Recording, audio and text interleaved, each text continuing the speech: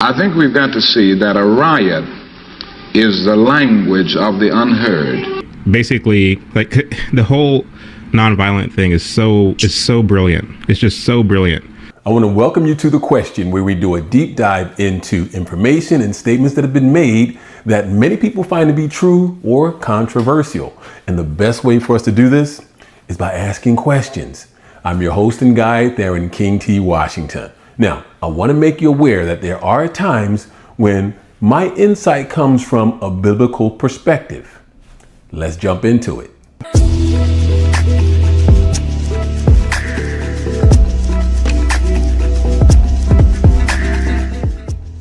And I contend that the cry of black power is at bottom a reaction to the reluctance of white power to make the kind of changes necessary to make justice a reality for the Negro. MLK said that there are two different powers at odds here. So a black power and a white power.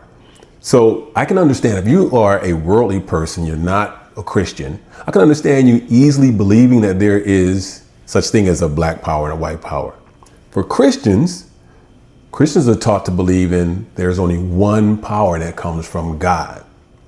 MLK, if he's a Christian pastor, should he, put emphasis on something that the world sees, black power and white power, versus what the Bible sees? The Bible doesn't see color. The Bible sees God. The Bible sees good and evil, but not color. Dr. J.H. Jackson, head of the largest Negro church organization in America, the National Baptist Convention USA, with nearly 7 million members, has warned constantly that communists are directing the revolutionary activities of the radical black power. There were other people like Joseph H. Jackson who believed in the fundamental Christian gospel, not the social gospel, not liberation theology, the fundamental Christian gospel, the inerrancy of the scriptures, the resurrection of Christ.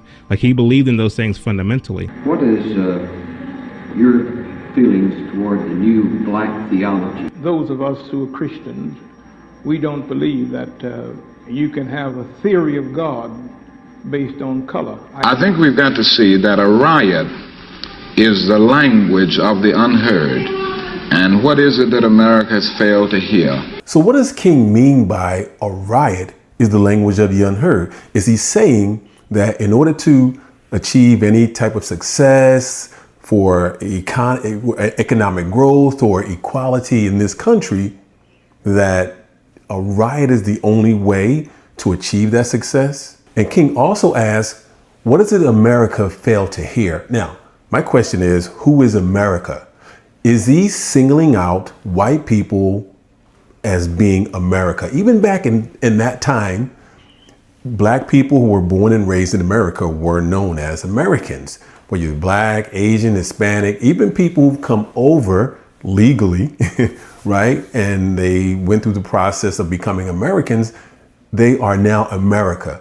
Basically, like, the whole nonviolent thing is so brilliant. It's just so brilliant because, you build these kind of situations in these moments and you know what's going to happen. You know what's going to ensue. And you do all of this knowing that the threat at the end of all of it is a riot, an all-out riot. And you can then use that as political fodder.